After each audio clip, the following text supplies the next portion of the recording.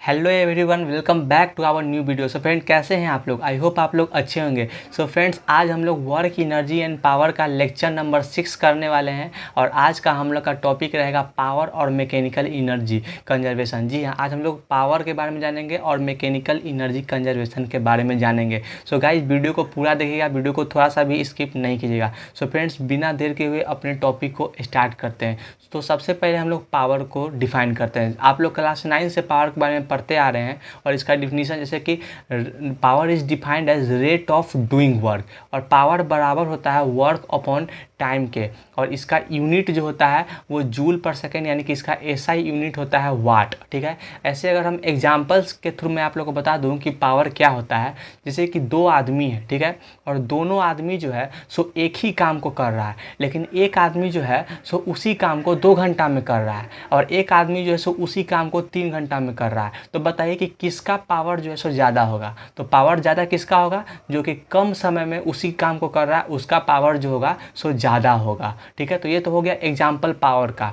अब बता देता हूँ कि पावर बराबर होता है वर्क अपॉन टाइम के। इसका एसआई यूनिट जो होता है सो वाट होता है और इसका डायमेंशन जो होता है वो ml/2 होता है। ठीक है, और ये एक रेफरेंस डिपेंडेंट होता है। It is also reference dependent. Power भी रेफरेंस डिपेंडेंट होता है। क्यों? क्योंकि पावर बराबर होता है वर्क अपॉन टाइम के, और वर्क जो है सो ये एक रेफरेंस डिपेंडेंट है, इसलिए पावर भी जो होगा ये भी रेफरेंस डिपेंडेंट होगा। ठीक है, अब हम लोग बात कर लेते हैं इंस्टेंटेनियस पावर और एवरेज पावर के बारे में। सो गाइस, जब हम लोग लॉन्ग इंटरवल के लिए अगर हम बात करते हैं तो उस केस में एवरेज पावर हम लोग निकालते हैं, और एवरेज पावर जो होता है वो बराबर होता है total work done upon total time के। ठीक है, यानी कि लॉन्ग इंटरवल के लिए हम लोग एवरेज पावर निकालते हैं और एवरेज पावर बराबर होता है total work done upon total time के।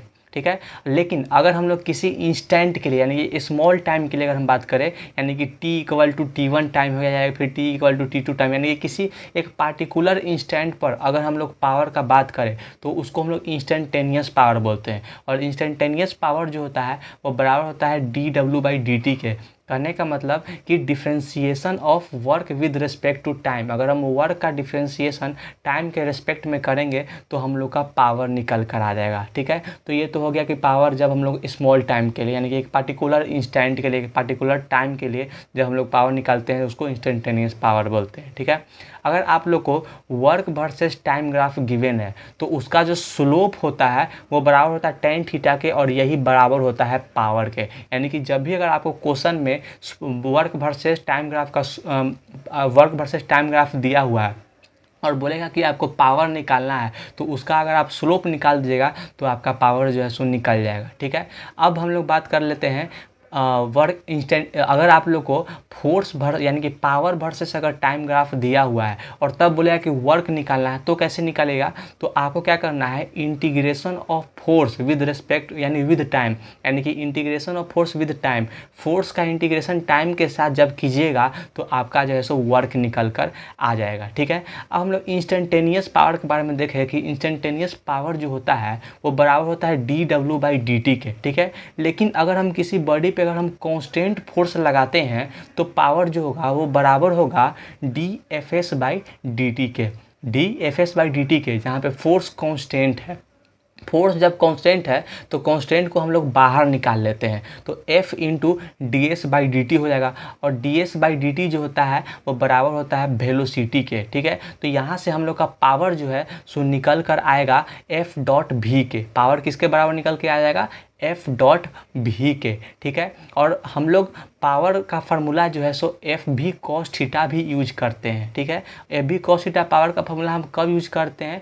जब हम लोग को फोर्स और वेलोसिटी गिवन है और उसके बीच का एंगल भी गिवन है तो हम लोग पावर का formula FV cos theta use करते हैं। ठीक है, अगर फोर्स Fx_i प्लस Fy_j यानी कि x_i j k के फॉर्म में दिया हुआ है और वेलोसिटी भी i j k के फॉर्म में दिया, जैसे कि Vx_i plus Vy_j plus Vz k के फॉर्म में, तो उस केस में जो पावर होगा वो बराबर होगा F.v के, और ये बराबर होगा Fx Vx plus Fy Vy plus Fz Vz के। ठीक है, तो ये हो गया पावर के बारे में कि जब फोर्स और वेलोसिटी गिवन है और उसके बीच का एंगल गिवन है तो हम लोग पावर एफ भी cos थीटा करके निकाल लेंगे। और अगर हमको फोर्स आई कैप जे कैप के में गिवन है और वेलोसिटी भी आई कैप जे कैप के कैप के फॉर्म में गिवन है तो हम लोग पावर निकालेंगे कैसे, तो हम लोग का पावर हम लोग निकालेंगे एफ डॉट भी करके।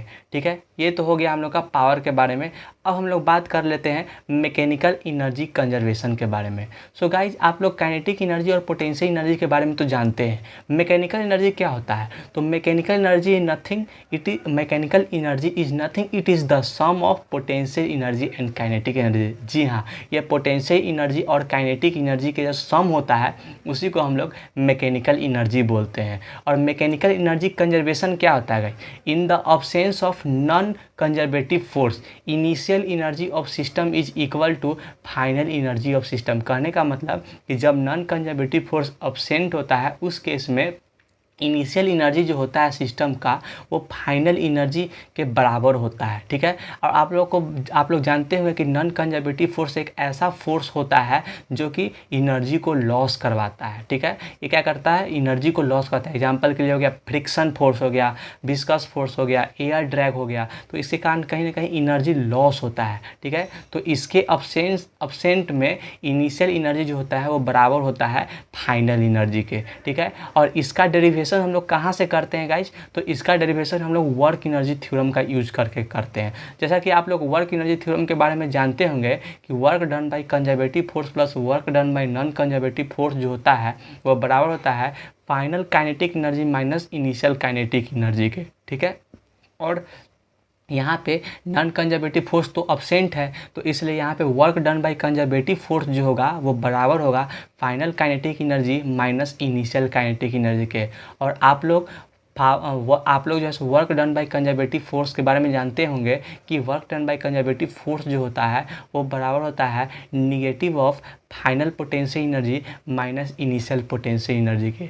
और यहाँ से हम लोग का जब हम लोग इसको इनिशियल पोटेंशियल एनर्जी को एक साइड कर देंगे और फाइनल मतलब इनिशियल पोटेंशियल एनर्जी और इनिशियल काइनेटिक एनर्जी को एक साइड कर देंगे और फाइनल काइनेटिक एनर्जी और फाइनल इनिशियल एनर्जी को पोटेंशियल एनर्जी को एक साइड कर देंगे तो हम लोग का निकल के आएगा initial kinetic energy plus initial potential energy, और ये बराबर होगा हम लोग का final potential energy plus final kinetic energy के। और यही मैकेनिकल एनर्जी कंजर्वेशन होता है गाइज। सो आई होप आप लोग जान गए होंगे कि मैकेनिकल एनर्जी कंजर्वेशन क्या होता है। एक बार हम लोग आज क्या क्या पढ़ें उसको एक बार रिकॉल कर लेते हैं। सो गाइज, आज हम लोग पढ़े वर्क के पावर के बारे में। पावर का हम लोग डिफाइन किए कि power is nothing, it is rate of doing work. Power बराबर होता है वर्क अपॉन टाइम के। इसका एसआई यूनिट हम लोग का वाट होता है। डायमेंशन mL/(T⁻³ होता है। ये एक रेफरेंस डिपेंडेंट होता है। एवरेज पावर जो होता है वो बराबर होता है total work done upon total time के। इंस्टेंटेनियस पावर जो होता है वो dW/dt यानी कि वर्क का डिफ्रेंशिएशन टाइम के रेस्पेक्ट में करते हैं तो हम लोग का पावर निकल कर आ जाता है। और पावर जो है सो F डॉट भी करके निकल के आता है, यानी कि अगर हमको फोर्स वेलोसिटी और उसके बीच का एंगल हमको गिवन है तो हम लोग पावर जो है सो F भी cos थीटा करके भी निकाल लेते हैं। और अगर फोर्स आई कैप जे कैप के कैप के फॉर्म में रहता है और वेलोसिटी भी, तो उस केस में पावर जो होता है वो F डॉट भी करके हम लोग निकाल लेते हैं। ठीक है, इसके बाद हम लोग देखें work energy mechanical energy conservation के बारे में। तो मैंने आपको बताया कि मैकेनिकल एनर्जी कुछ भी नहीं है, ये एक क्या है तो काइनेटिक एनर्जी और पोटेंशियल एनर्जी का सम है। ठीक है, और मैकेनिकल एनर्जी कंजर्वेशन के बारे में हम लोग जाने क्या कि इन the absence of non conservative force, non conservative force के अब्सेंस में इनिशियल एनर्जी जो सिस्टम का होता है वो बराबर होता है फाइनल एनर्जी के, यानी कि initial kinetic energy plus initial potential energy बराबर होगा final kinetic energy plus final initial energy final potential energy के।